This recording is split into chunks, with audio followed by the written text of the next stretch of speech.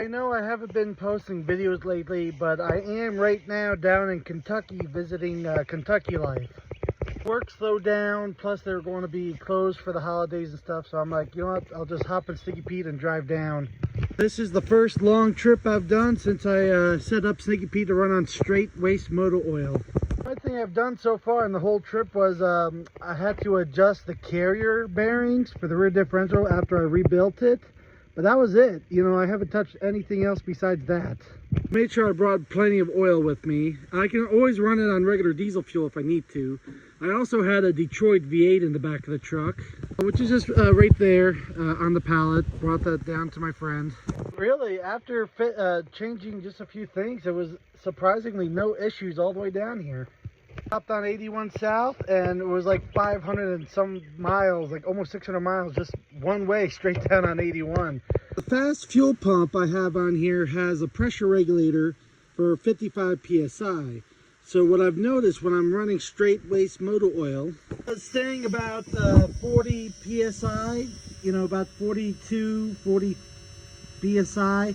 So it did drop down a little bit, either because the oil got thicker, you know, because like what I was putting in the tank, or maybe the fuel filters got a little clogged. Either way, as long as I stay above like 10 psi, I'm good. That pressure drop could be just because it has to push that straight waste motor oil all the way up to the injection pump. The boost tube problem with it popping off all the time around 55 psi, the exhaust clamps I did with these metal brackets fixed that problem, so it's not popping apart there anymore. I've had it up to 55 psi, up to 60 when the bypass valve is open, so everything is holding together. Now the EGTs are still running a little high, so I still need to do like the water methanol injection, you know, to help with that, but just little odds and ends I'll do later.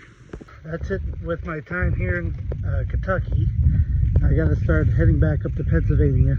Let's goodbye to Jerry and stuff, and you know, I have to be back home for Monday morning for I feel very important doctor's appointment. It's 1,000 miles worth of fuel left. Just hope I don't have any major breakdowns.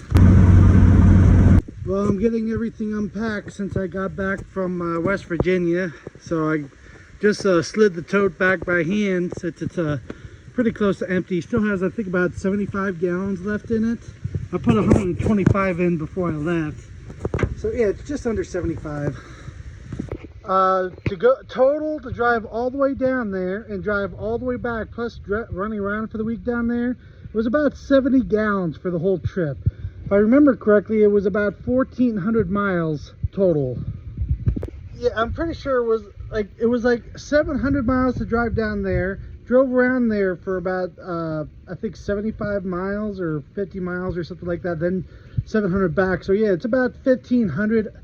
So it's just under 70 gallons, so it came out, I think it's about 22 miles per gallon, going all the way down there, driving around, driving all the way back, which isn't too bad for the 24 valve. And yeah, it was getting 24 before, but I figured since I did the bigger delivery valves, I figured it was going to get down to 21 or 22 miles per gallon. But for running straight waste motor oil, that's fine. Plus, I hauled this tote and a 6.2 Detroit engine block all the way down there and brought the tote at least back with some fuel still in it. So that's another thing that kind of makes it get worse gas mileage, because the way the aerodynamics of the front of this tote over the top of the cab, you know, just got that huge air drag the entire time. So it should be like, without anything in the back of the truck, it should be about 23 miles per gallon.